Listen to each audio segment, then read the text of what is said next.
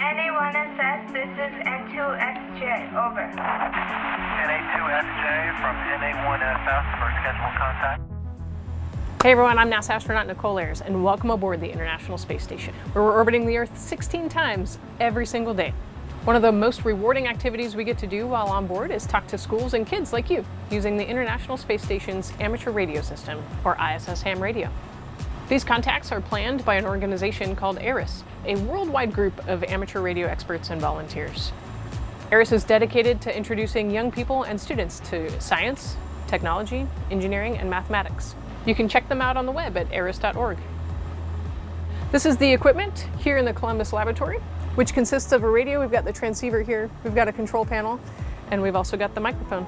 Some ham passes also allow for a video connection in addition to the audio. We talk to each other by establishing a radio link between the ISS and your school as we fly over your location. We won't have a lot of time to talk because we'll be cruising over the ground station at 17,500 miles an hour. That's 25 times the speed of sound. So we'll actually only have about 9 or 10 minutes of good radio contact from the horizon to the horizon. This is how a radio contact works. So about 5 minutes before the scheduled start time, I'll float over here into Columbus. I'll configure the radio so that I'm on the correct channel, and I may set up the video unit as well. And then just before the contact time that ARIS predicts for us, I'll begin calling the school using the standard amateur radio calling techniques. So as an example, if your school's call sign is K6DUE, I'll say Kilo 6 Delta Uniform Echo. This is November Alpha 1 Sierra Sierra, com check. At your school, the radio operator will be listening for my call, but that person may also transmit and try to call me as well. You'll probably have a much more powerful transmitter on the ground than we have up here on board, so I'm likely to hear you guys before you hear me. November Alpha 1 Sierra Sierra. November Alpha 1 Sierra Sierra. This is Alpha Bravo 1 Oscar Charlie for a scheduled contact. Over.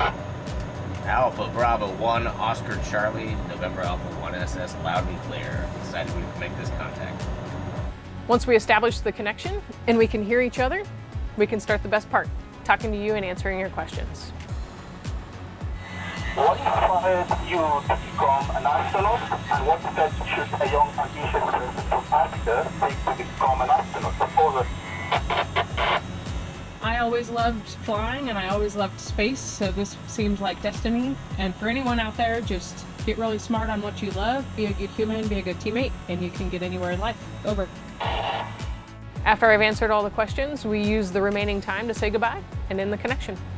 Thank you to you all. Those were wonderful, creative, and curious questions. That was a blast. Have a great day.